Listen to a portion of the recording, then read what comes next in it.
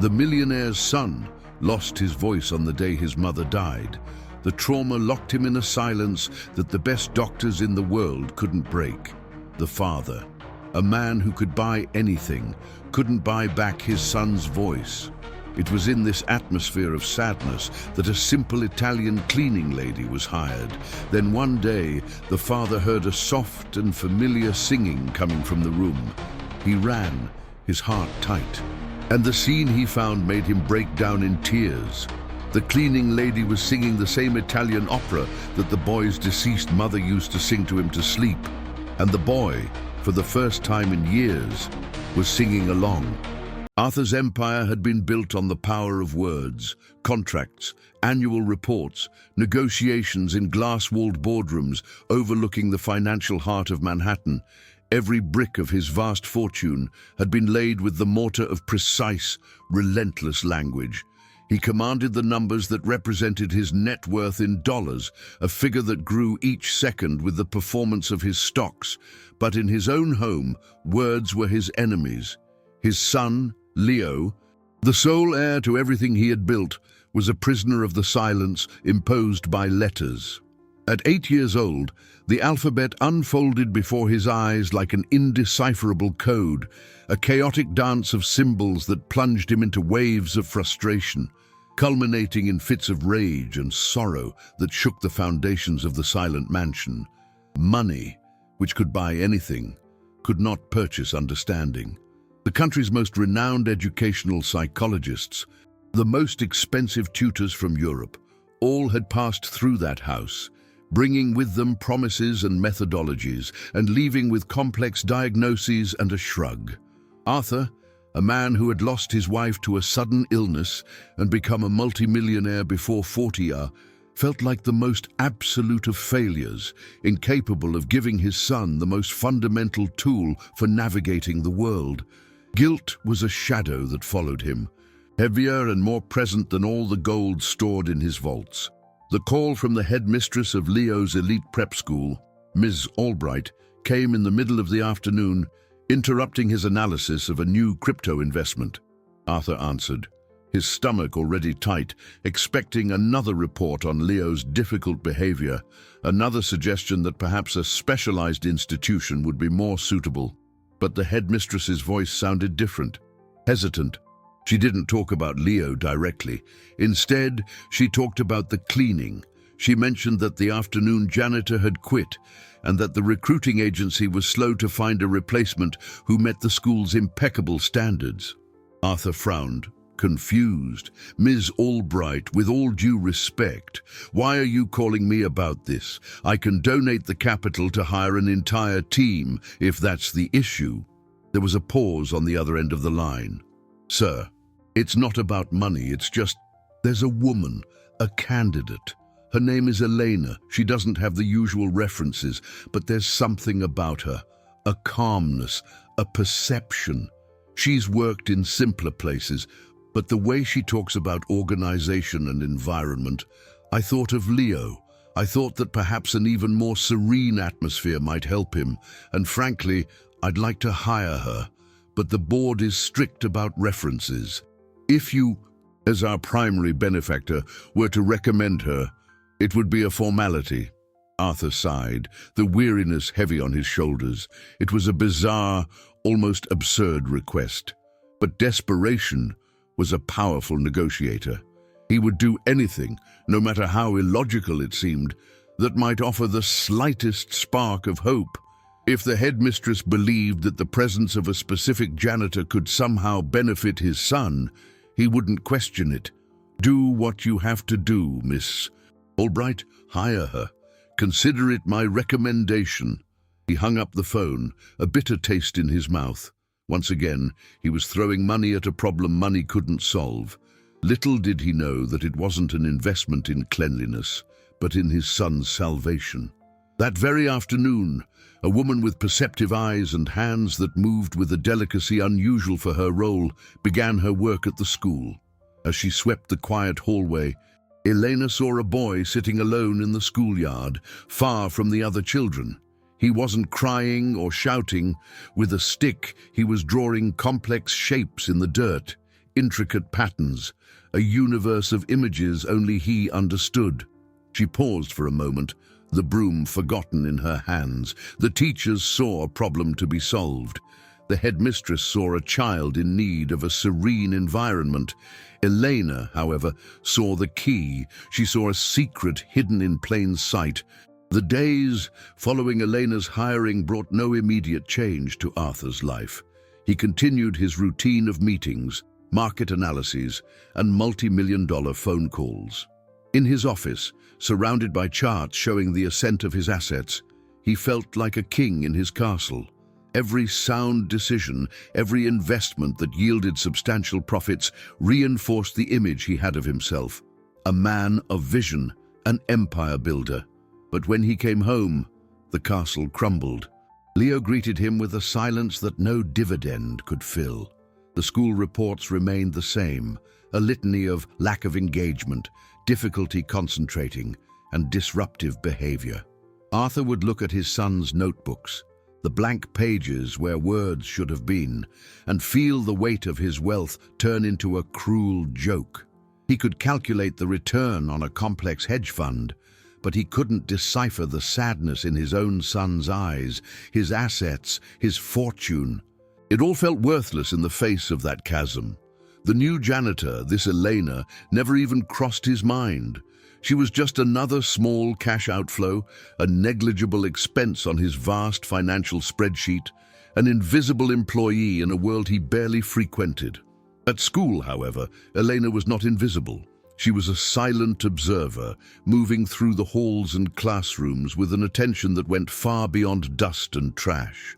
She saw the dynamics between the children, the veiled impatience of some teachers, the anxiety that hung in the air before tests, and she saw Leo. She saw him in a way no one else did. While the other students filled their pages with letters and numbers, Leo's notebooks were portals to other worlds.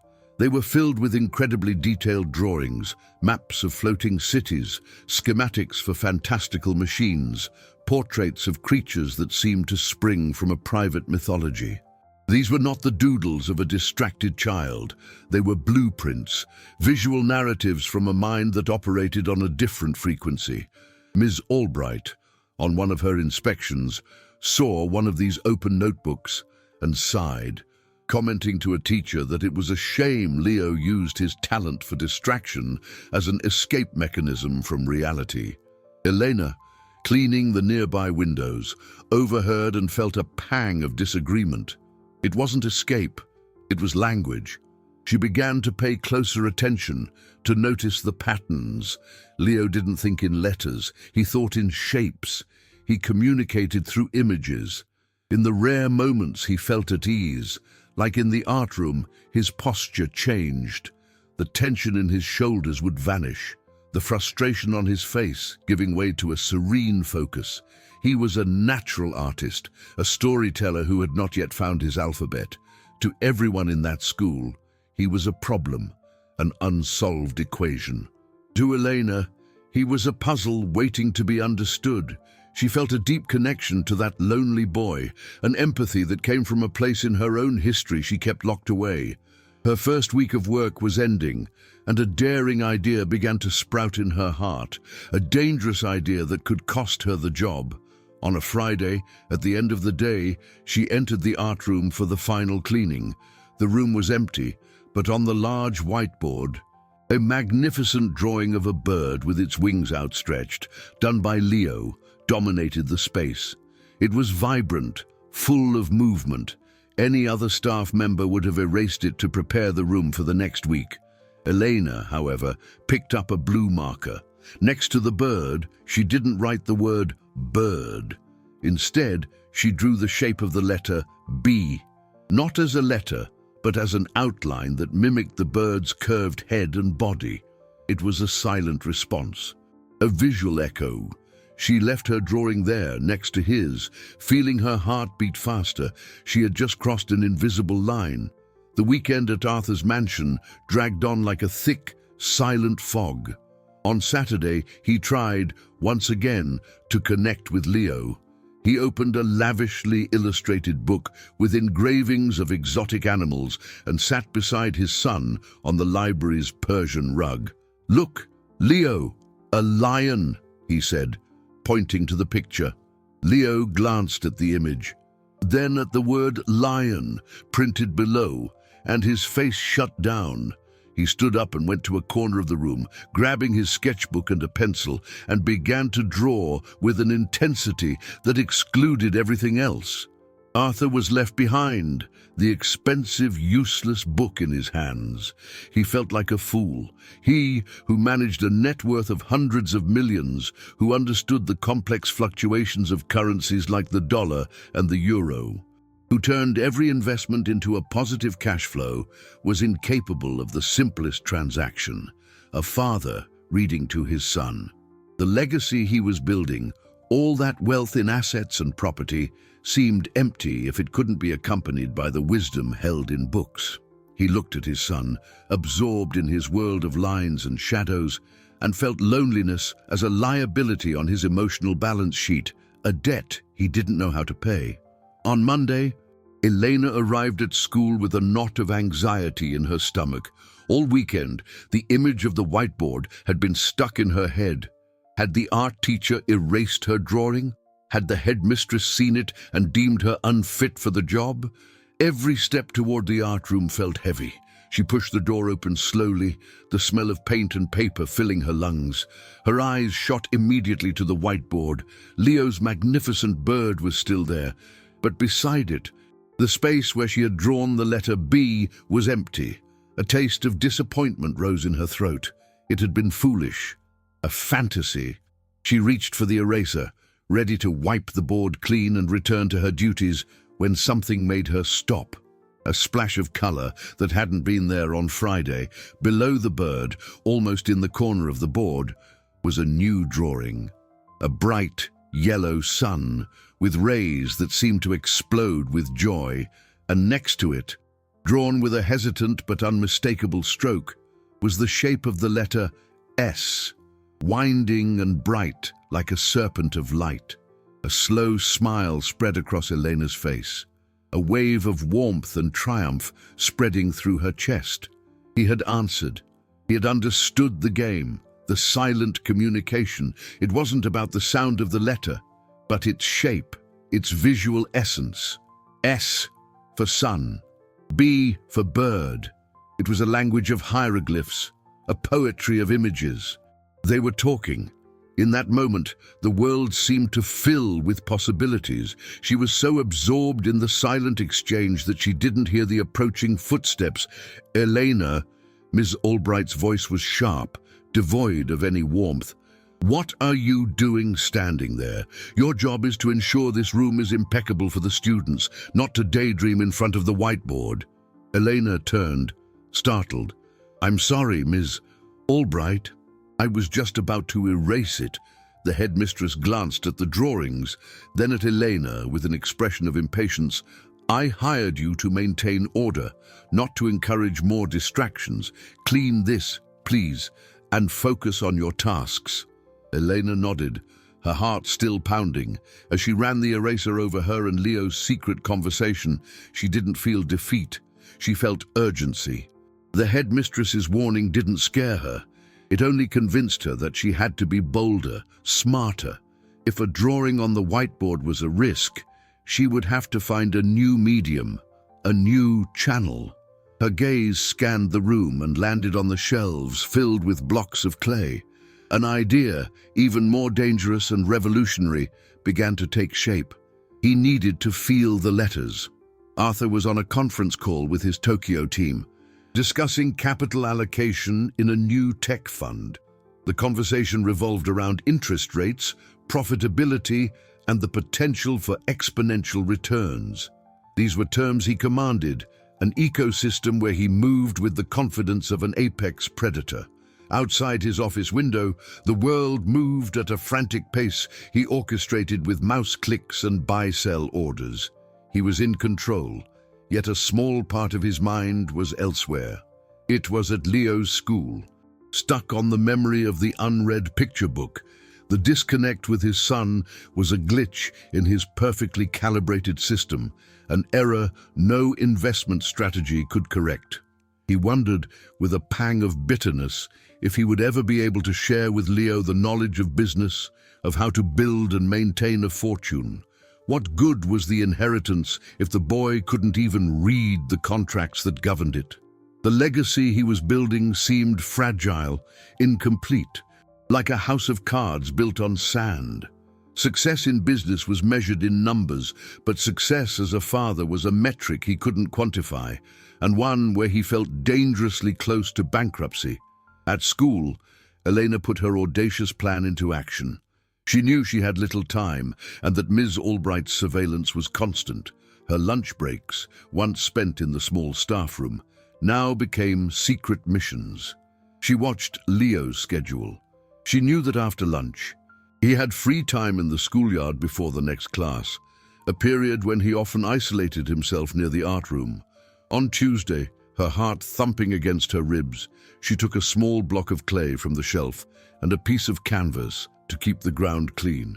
She waited until she saw Leo sit alone on a nearby bench and, pretending to organize some materials outside the classroom, she sat on the ground a few feet away from him. She didn't say a word. She just began to work the clay with her hands. Her fingers, nimble and precise, molded the cool, damp mass. Leo, curious, watched her out of the corner of his eye. Elena didn't shape an animal or an object. She shaped a letter, the letter B. But she didn't make it as a flat symbol. She built it like a sculpture, giving it volume, weight. "See?" she said in a low voice, without looking directly at him, as if talking to herself. "It feels like two bellies, one on top of the other. A big belly and a little belly." She smoothed the curves, feeling the shape of the letter under her fingers. Leo moved a little closer, his gaze fixed on the object in her hands. Elena then took another piece of clay and began to mold the letter M. She created 3 columns and joined them at the top, forming 2 valleys. "And this one," she continued in the same gentle tone, "feels like 2 mountains. You go up, and down again." She placed the 2 clay letters on the canvas. Leo got up from the bench and crouched beside her, his eyes shining with fascination. He reached out a hesitant hand. Elena gently pushed the remaining block of clay toward him. "Your turn," she whispered. Leo's fingers sank into the clay. He didn't try to copy her letters. Instead, he began to shape his own form, a long, elegant curve. Elena watched in silence as he created a perfect letter, C, feeling its shape, its texture, its weight. The tactile and visual world was connecting with the abstract. Right there on the schoolyard ground, an irritated voice shattered the spell. "Mom, what do you think you're doing?" It was one of the teachers, hands on her hips and an expression of disapproval. "Your job is not to play with clay with the students. Get back to your duties. Immediately." The teacher's voice cut through the air like a shard of glass, shattering the bubble of silence and concentration that had formed around Eleanor and Leo. The boy recoiled as if burned, dropping the clay and shrinking into himself. The light of fascination in his eyes was instantly extinguished, replaced by the familiar mask of frustration and isolation. Elena's heart sank. With a calm she didn't feel inside, she stood up, wiping her hands on her apron. "So, my apologies, ma'am. I was just organizing the materials and the boy came over," she lied softly, avoiding a direct confrontation. The teacher glared at her, a mixture of suspicion and disdain. "Your job is to clean, not to interact. Ms. Albright was very clear about your duties. Don't let it happen again." She turned and walked away, leaving a trail of coldness in the air. Eleanor looked at Leo, who was already getting up to leave. The small clay letter, C, forgotten on the ground. He didn't look back. The channel of communication, so painstakingly opened, had been brutally shut. Elena gathered the clay letters, tucking them into her apron pocket like fragile treasures, and returned to her work. her mind simmering with anger and determination. Meanwhile, miles away, at the top of a glass and steel skyscraper, Arthur was finalizing the purchase of a new block of shares in a promising tech company. He felt exhausted. The business world, with its cold, predictable logic, was his refuge, but lately, even it seemed to be losing its luster. He looked at the heavy, solid gold paperweight on his desk, a gift from an Arab sheikh after a lucrative deal. It was a symbol of his wealth, his power, but touching it, he felt only the coldness of the metal. What was the point of owning so much? His net worth was a mountain of numbers, an impressive collection of assets ranging from real estate funds to crypto holdings, but he felt emotionally bankrupt. The biggest liability in his life was his inability to connect with his own son. His assistant entered the room. "Sir, I've confirmed the meeting for tomorrow with Dr. Jean-Pierre Moreau. He's the foremost expert on pediatric cognitive psychology in Europe.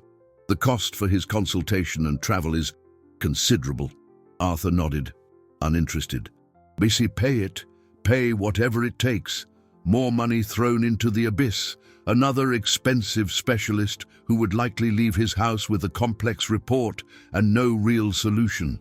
He felt like a reverse King Midas. Everything he touched turned into a painful reminder of his failure as a father. Back at the school, the rest of Elena's day was tense. She felt the teacher's eyes on her, monitoring her every move. She avoided the schoolyard and the art room, focusing on her tasks with robotic efficiency, but the image of Leo's face, shutting down like a flower at night, wouldn't leave her. She couldn't give up. She had proven to herself that her intuition was right. Leo wasn't incapable. He just spoke a different language, and she was beginning to learn its vocabulary. She had to find a way to continue their secret lessons, away from the system's watchful eyes. At the end of her shift, as she was putting her cleaning supplies away in the small closet, the teacher who had reprimanded her earlier appeared at the door. Her face held a look of barely concealed triumph. "Elena?"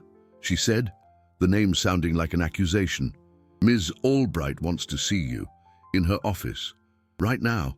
Eleanor's stomach turned to ice. This was it. She had gone too far. As she walked down the polished, silent hallway toward the headmistress's office, each step echoed like the fall of a gavel. The dark wooden door looked like a sentence. She took a deep breath, raised a trembling hand, and knocked.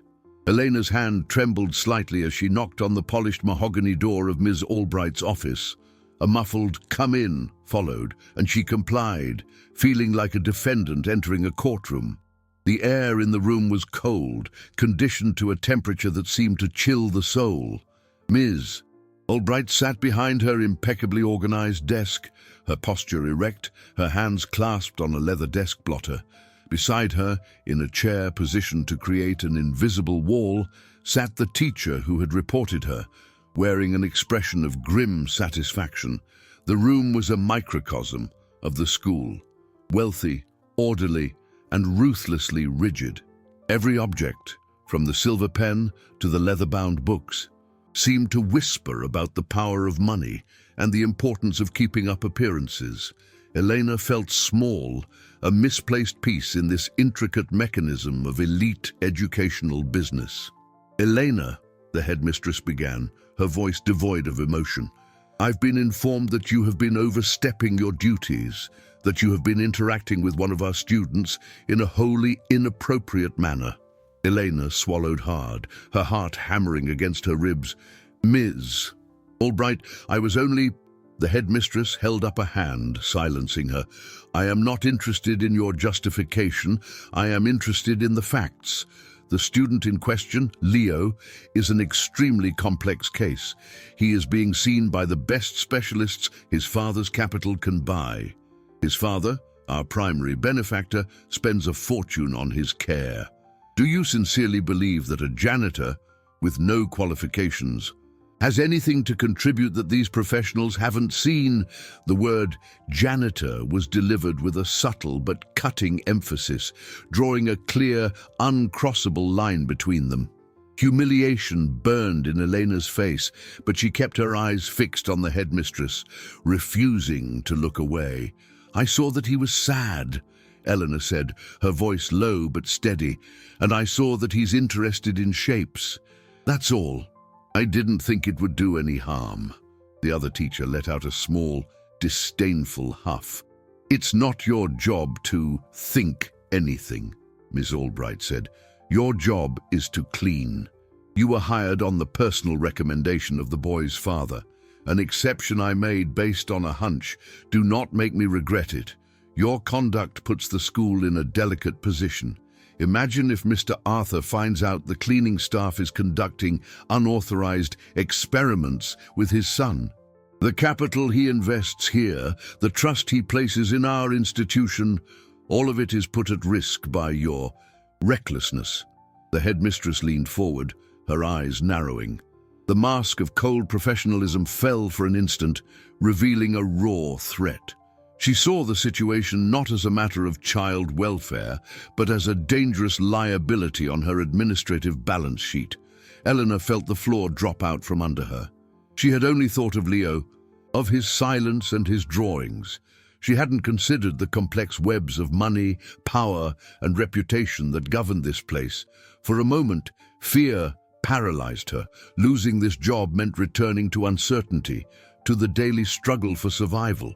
But the image of Leo, holding the clay letter C with a glimmer of discovery in his eyes, was stronger than the fear. That small connection was an asset more valuable than all the gold in the world. Mrs. Albright, interpreting her silence as submission, delivered the final blow. "This is your first and final warning. From this moment on, you are forbidden from speaking to the student Leo, from approaching him, from interacting with him in any way not strictly necessary for the execution of your cleaning duties. Any deviation from this order, however small, will result in your immediate termination, without references. Have I made myself clear?" Elena followed the headmistress's order with painful precision. She became a ghost. If she saw Leo in a hallway, she changed her route. While cleaning the classrooms, she kept her eyes fixed on the floor, the desks, anywhere but the boy's face. Each day was an exercise in self-control, a small betrayal of her heart's impulse. She saw the confusion in Leo's eyes when he looked at her, waiting for a response, a drawing, a gesture, and received nothing.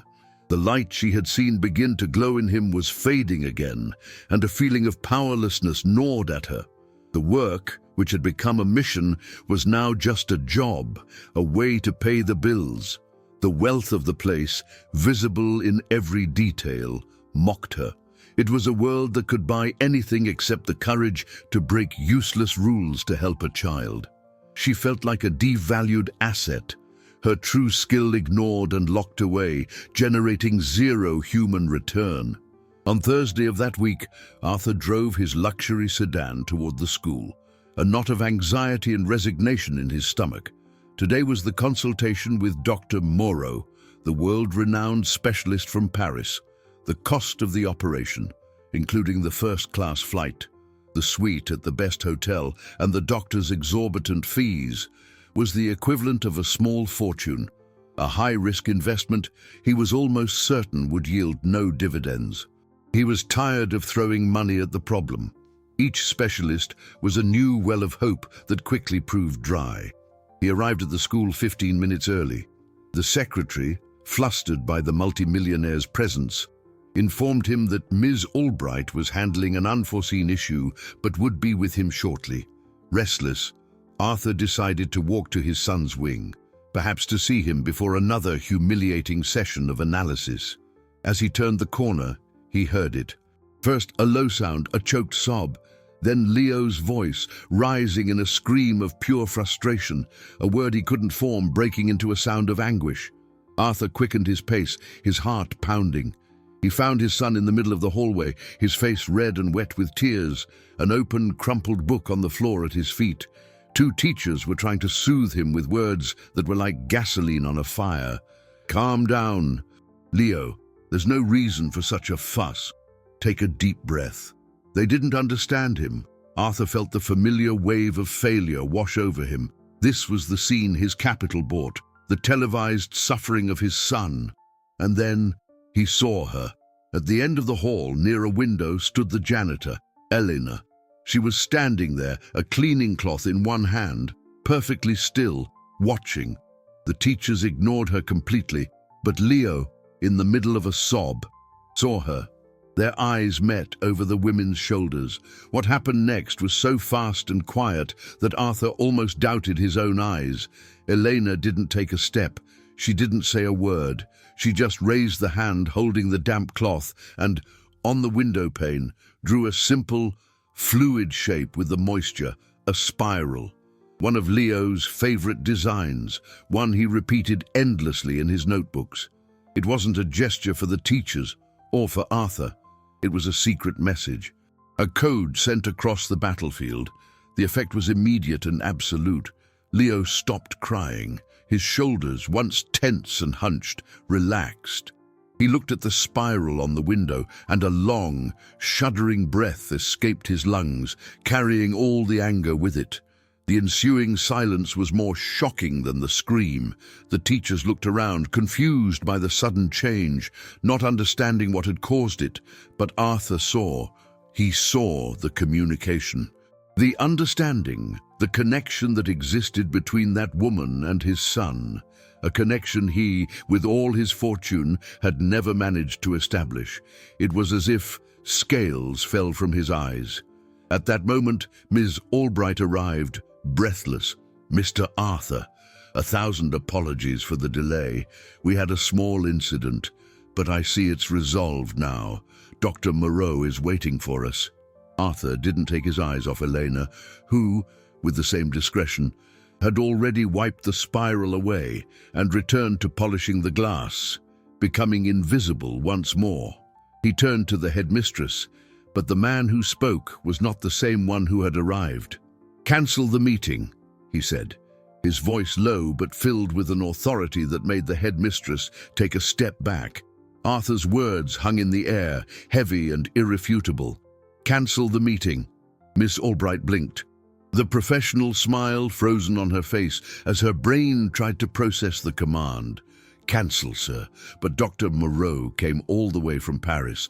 The investment," she stammered, the word investment slipping out from sheer habit. An attempt to speak the only language she thought Arthur understood, but Arthur was no longer looking at her. His gaze was fixed on the end of the hallway, where Eleanor's figure was discreetly disappearing into a supply closet.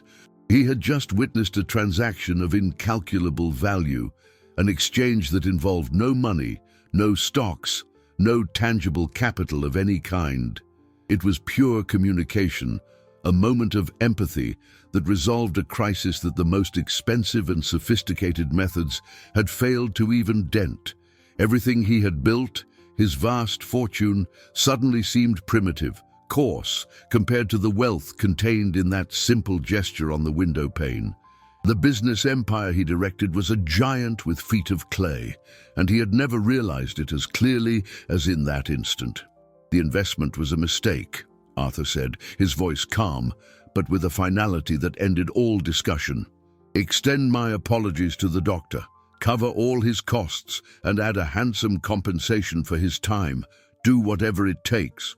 He turned, completely ignoring the stunned headmistress and the confused teachers, and began to walk in the direction Elena had disappeared. Each step was deliberate. He wasn't angry, he was awake.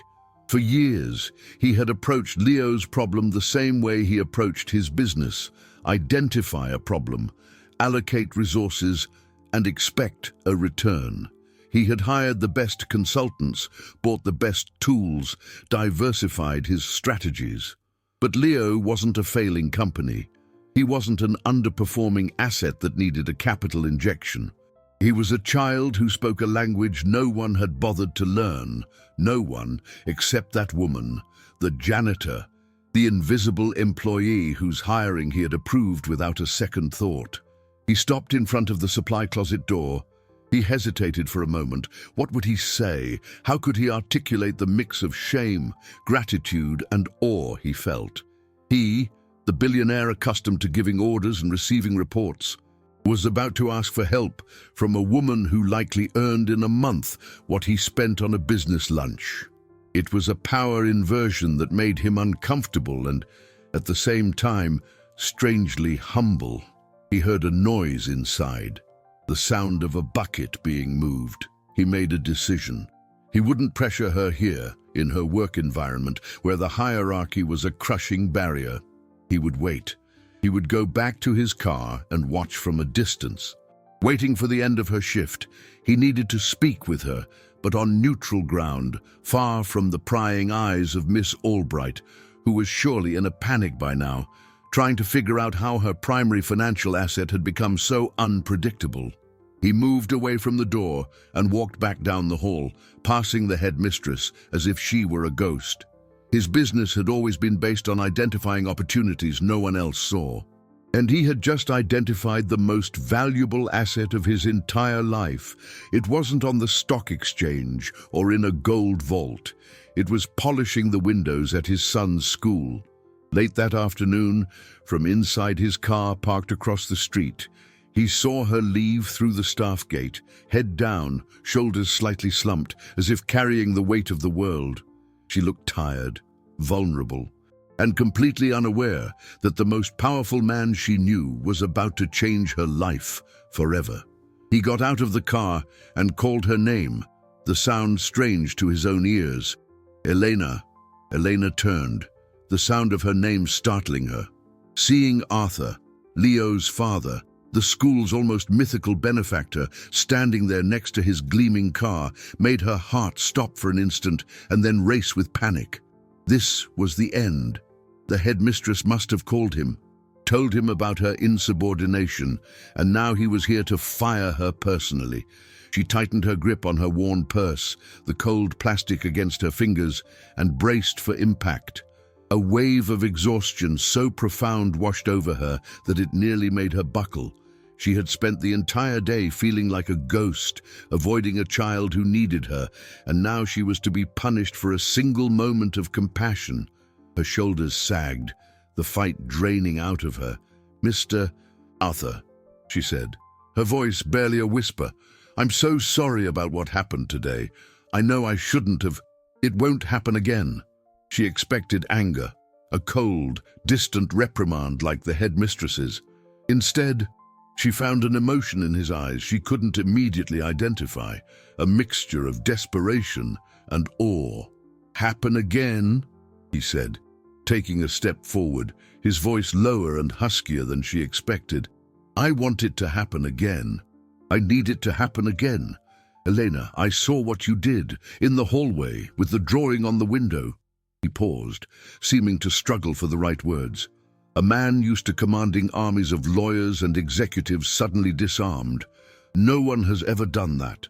I spend a fortune, an amount of money most people can't even fathom, on the best specialists in the world. They come with their theories, their methods, their reports, and my son stays locked away. And you, with a little bit of water on a pane of glass, you set him free. I saw it. I saw the peace on his face." The sincerity in his voice disarmed her completely. The fear began to recede, replaced by a wave of astonishment. He wasn't angry. He was grateful. He ran a hand through his hair, a gesture of frustration that made him surprisingly human. "My entire empire, all my businesses, my net worth, it's all built on communication, on understanding people, on predicting the market. But I can't understand my own son. I look at him and I see a vault I can't open." He looked directly at her, and for the first time, Elena didn't see a multimillionaire. She saw a heartbroken father. "I don't know what you did or how you did it, but it was the first time in years I felt a glimmer of hope. Please, I'm not asking you to be my son's janitor. I'm begging you to be his teacher. No, more than that. Be my teacher. Teach me how to speak his language. I will pay you whatever you want, anything, your salary 10 times over, 20 times. Just help me." The offer was staggering, a golden lifeboat tossed into her sea of troubles. The chance to do what she loved, to help the boy with whom she felt such a profound connection, and at the same time, to secure a future she had never dared to dream of. For an instant, joy flooded her. But then, cold, hard reality hit her like a punch. The image of Ms. Albright, her impassive face, her clear and concise threat, the promise of immediate termination. She was a simple employee, and he, as powerful as he was still an external party to the school's daily management. The headmistress was the gatekeeper. Elena looked at Arthur, at his hopeful face, and felt the weight of the barrier that separated them, a barrier made not of money or social class, but of rules and fear. "Mr. Arthur, with all due respect," she began, her voice trembling slightly, "I can't. Ms. Albright has forbidden me from going near your son. If I'm seen talking to him, I'll be fired on the spot." Arthur looked at Eleanor, and for the first time in a long time, he felt completely perplexed. He, a man whose name opened doors on corporate boards and in government offices, was being blocked by a school headmistress. The idea was so absurd he almost laughed. "Fired," he repeated, the disbelief in his voice hardening into a spark of indignation. "She doesn't have that power, not anymore." To him, Ms. Albright had suddenly become a bad investment, a toxic asset that was harming his most precious holding. In his mind, he was already calculating the strategy to mitigate that risk. He saw the world as one big negotiation, and he had just found an unacceptable term in the contract. But he looked at Elena's face, at the genuine fear in her eyes, and realized that for her, the threat was real and immediate. His power was an abstraction. The headmistress's power was her daily bread. "Sir, please understand," she said, her voice low, almost a plea. "Ms. Albright made it very clear. You're the benefactor, but she's the manager. She controls who comes, who goes, and who talks to whom. For me, disobeying her is the end of the line." He took another step, closing the distance between them, creating a bubble of confidentiality in the middle of the busy street. "Elena," he said, using her name with a familiarity that felt natural to them both, "consider Ms. Albright an administrative problem. And I am very, very good at solving administrative problems. Leave her to me. Your only concern from now on is Leo. I need to know you won't give up on him because of some scared bureaucrat." The intensity in his gaze held her. He wasn't just offering money. He was offering protection. He was creating a security fund around her, promising to cover any liability that might arise. Elena's hesitation was a silent battle between the instinct for survival and the call of her heart. Life had taught her to be cautious, not to trust in grand promises, but the image of Leo's face, lit with understanding as he molded the clay, was a more powerful argument than all the prudence in the world. Helping this boy wasn't a job, it was a purpose. And maybe, just maybe, this man standing before her was sincere. She took a deep breath, making a decision that felt like leaping off a cliff without seeing the bottom. "What do you want me to do?" she asked, and the surrender in her voice was the sound of victory to Arthur. Visible relief washed over his face. "We can't do this at the school. That's her territory. It has to be somewhere else." "My house." The suggestion hung in the air, laden with implications. Elena began, imagining herself in that mansion she only knew from business magazines. "How?" "It's simple," he said, the planner's tone taking over. "You finish your shift as usual. 3 blocks from here, on the next corner, a car will be waiting for you every day at 5:30. It won't be mine. It will be discreet. It will bring you to my house. You'll spend 2 hours with Leo. Then, the same car will take you home. No one at the school needs to know. It will be our secret." It was a bold, risky plan, almost a clandestine operation. It was a high-risk investment, based purely on mutual trust. "That's so risky," she whispered, more to herself than to him. He nodded, his face serious. "The greatest returns come from the greatest risks. And my son's future is the only dividend that matters to me now." He held out his hand, not for a formal handshake, but as a gesture of a pact. Elena looked at his hand, and after a long second placed hers in it. His was warm and strong, enveloping her smaller, work-roughened one. In that moment, they were no longer the billionaire and the janitor. They were two conspirators, united by a secret and the hope of deciphering a boy's soul. "Tomorrow?" he asked. Elena nodded. "Tomorrow?" The next day, promptly at 5:30, Elena stood on the agreed-upon corner, her heart a mix of a drum and a butterfly, a simple, dark sedan pulled up smoothly beside her. The window rolled down, and a friendly-faced driver simply said her name. The ride was a blur of anxiety and anticipation. The gates of Arthur's mansion opened like the doors to a new world, revealing grounds so perfectly manicured they looked like a painting. The house was immense, a fortress of glass and stone that whispered of a level of wealth she could barely conceive. It was the kind of legacy that wasn't counted in cash, but in generations. Arthur himself met her at the door, not with the formality of an employer, but with the gratitude of an ally. "Thank you for coming," he said, and the simplicity of the phrase calmed her instantly. He led her down a vast, quiet hallway. "Leo is in the playroom. I won't interfere. The house is yours. Use whatever you need." He stepped away, leaving her alone, and Elena felt the weight and the freedom of that trust, the greatest investment anyone had ever made in her. Leo was sitting on the floor, surrounded by expensive electronic toys, but his attention was on his sketchbook. When he looked up and saw her, an expression of pure disbelief crossed his face, quickly replaced by a slow, radiant smile that transformed the room. He said nothing, but he stood up and took her by the hand, pulling her toward the glass doors that led to the garden. The message was clear. The learning would not happen between four walls. Outside, in the golden late afternoon light, Elena let him lead. There was no clay here, but there was a world of shapes. She picked up a fallen leaf, felt its texture, its veins. "Leaf," she said, and with her finger, she drew an L in the damp earth. Leo watched, then picked up another leaf and placed it next to her drawing. He understood the association. They walked to a small, ornamental pond where smooth, round stones lined the water's edge. Elena picked one up. "Look," she said, tracing the stone's outline on his palm. "It feels like an O." Leo then picked up a stone and, to Eleanor's surprise, placed it next to a long twig, forming a makeshift P. He was no longer just imitating, he was creating, combining, building his own alphabet from the world around him.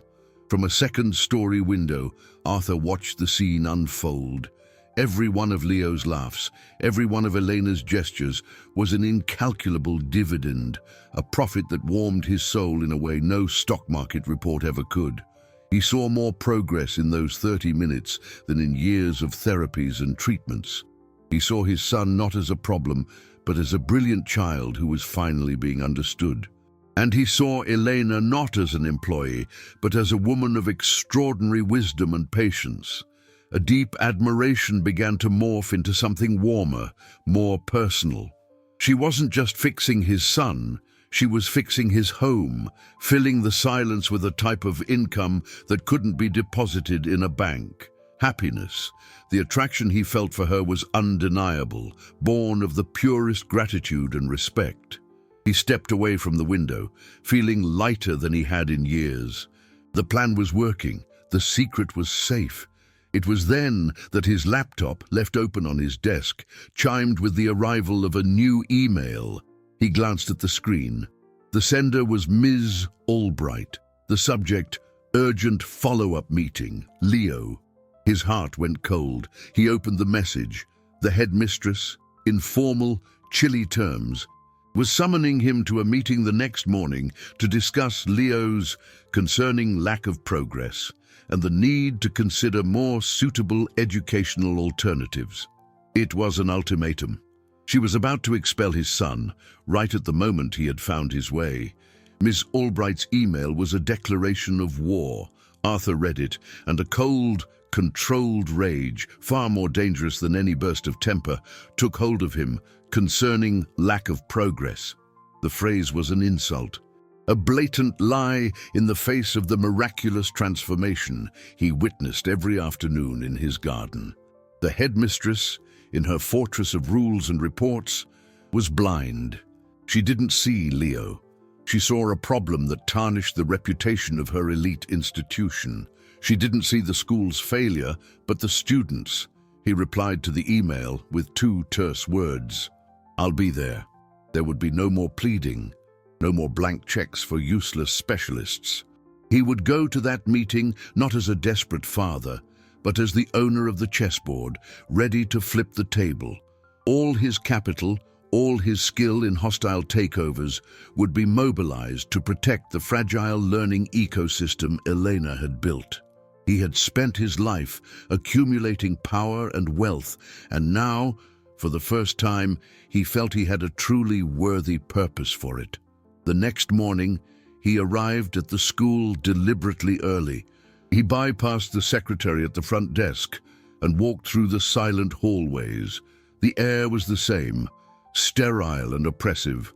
He looked into the empty classrooms, at the desks lined in perfect rows, and saw it all with new eyes. A factory designed to produce identical products, which broke any part that didn't fit the mold. His anger gave way to a deep sadness. How many other Leos had passed through here, their unique genius labeled as a deficiency? As he neared Leo's wing, a familiar, dreaded sound reached his ears. The dry, rhythmic click of chalk on a blackboard. His stomach clenched. It was the sound that preceded the meltdowns, the sound of Leo's frustration as he tried to force his brain to do something against its nature. He braced himself for the worst, to find his son in tears, defeated once more. He stopped at the classroom door, which was ajar. He peered through the crack, his heart heavy with apprehension. The scene that unfolded before him was not what he expected. It was not a disaster. It was a miracle. Leo was standing, his back to the door, in front of the immense blackboard. He wasn't crying or stamping his feet. He was focused, his small hand holding the chalk with surprising firmness. And he was writing, not random letters, not angry scribbles, but words, one after another, forming a complete sentence. Arthur felt the air leave his lungs. Beside Leo, kneeling on the floor, was Elena. She wasn't teaching, not pointing or correcting. She was just watching, her face lit with a smile of such pure, radiant pride, it seemed like a light source in the quiet room. Arthur forced his eyes to focus on what his son was writing. The bluebird flies high in the sky. And next to the word bird, a small, detailed drawing of a bird. Next to sky, a fluffy cloud. In that instant, Arthur's universe shattered and reassembled itself. Years of anguish, of guilt, of humiliating meetings with specialists who used complex jargon to describe his failure as a father. It all vanished. His son was not illiterate. He never had been. He was a reader of hieroglyphs, a decipherer of visual codes, an artist whose language was made of shapes and images. And no one, absolutely no one, until this simple, extraordinary woman, had bothered to learn his language. The power of his empire, the fortune in dollars, the accumulated assets. It all felt like dust compared to the magnitude of that moment. The walls he had built around his heart crumbled. He leaned against the doorframe, his body trembling, and broke into a silent sob, an overwhelming mix of gratitude, shame, and a love for his son that overflowed in a way he never knew was possible. And it was at that moment, with tears streaming silently down his face, that he heard the unmistakable click of Miss Albright's heels approaching down the hall. Miss Albright's sharp, hurried footsteps echoed in the hallway, the sound approaching like an inevitable storm. She stopped at the door, her mouth opening to deliver the reprimand she'd been rehearsing ever since she was informed of Elena's presence outside her designated area.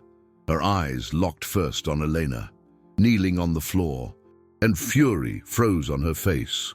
"What is the meaning of this?" she began, her voice a controlled hiss. "Ma'am, I believe I was perfectly clear in my orders. This is a flagrant violation of protocol, an insubordination that—" It was then she noticed Arthur, slumped in the doorway, his face wet. Her mind, trained to assess crisis situations, jumped to the most obvious and incorrect conclusion.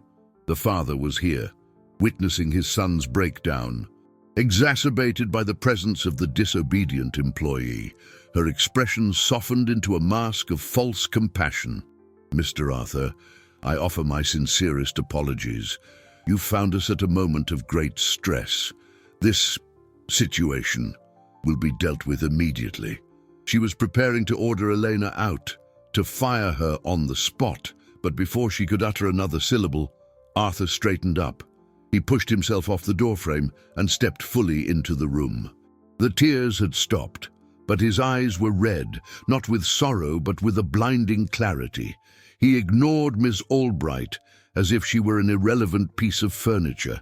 His gaze was fixed on Elena, and the gratitude he felt was so palpable it seemed to warm the air in the room. "You did it," he said, his voice choked but firm. "You did what all of them, with all their degrees and theories, said was impossible. You gave my son his voice." The headmistress stared, dumbfounded, the logic of her hierarchical world dissolving before her eyes. "Sir, with all due respect, you don't understand. She is a janitor. She has no qualifications. What she is doing is dangerous, an unsupervised experiment that could do further damage to Leo's development." Arthur finally turned to face her. The man who met her gaze was not the distraught, compliant father she was used to manipulating with pedagogical jargon. He was the titan of industry, the man who built an empire on his ability to identify value where no one else could and to ruthlessly cut away what didn't work. "Damage," he repeated, his voice dangerously calm. "The only damage I see here, Ms. Albright, was your inability, and that of your entire system, to see the genius that was right in front of you." He took a step toward her, and the headmistress instinctively recoiled. Then he delivered the words that sealed her fate and redefined the future of everyone in that room. "This woman is no longer the janitor. As of today, she is the new director of this school's special education program, a program I will fund myself. And her first student will be my son." The silence that followed was absolute. Ms. Albright's face cycled through a succession of colors, from the red of fury to the pale white of shock. She opened and closed her mouth, but no sound came out. Her authority, her power, it had all evaporated in that instant. Arthur didn't wait for a response. He turned and walked to the blackboard. He knelt on the floor beside Elena and Leo, putting himself, for the first time, on their level. He looked at the sentence written by his son's hand, at the small drawings that translated it, and gently ran his fingers over the chalk letters, as if touching something sacred. He lifted his eyes to Eleanor, and in them was more than gratitude. There was a profound admiration, a respect that bordered on reverence. Leo, sensing the shift in the atmosphere, picked up a piece of chalk and at the end of his sentence drew 3 stick figures holding hands. Above them, he drew a large heart. The legacy Arthur had always worried about leaving wasn't in his investment funds or his stock portfolio. It was right there, drawn in chalk, in a silent classroom. The dust from that classroom confrontation settled, and with it, a new order was established. Miss Albright vanished from the school as discreetly as a loss written off on an annual balance sheet, replaced by an interim administration that received a single, clear directive from its primary benefactor. Innovation and empathy were the new assets to be valued. The Elena Tavares Special Education Program, as it became known, flourished in a previously underused wing of the school, funded by an endowment from Arthur that resembled a small nation's treasury. The program became a sanctuary. Desks in rows gave way to round tables, colorful beanbags, and entire walls that served as chalkboards. Clay, paints, and building blocks replaced stacks of standardized textbooks. Elena, with a calm authority that seemed innate, assembled a small team, chosen not for their degrees but for their ability to see beyond the obvious. The entire school began to learn a new lesson, that there were multiple forms of intelligence, and that genius could manifest in a drawing, a sculpture, or the construction of an imaginary world. Leo, the program's first and most celebrated student, was living proof of its success. He not only read and wrote in his unique hieroglyphic language, but also began to connect his images to sounds, building bridges between his world and the world of conventional words on his own time, without pressure. The frustration dissolved, replaced by a vibrant curiosity and a self-confidence that transformed the silent boy into a leader among the children who, like him, just saw the world differently.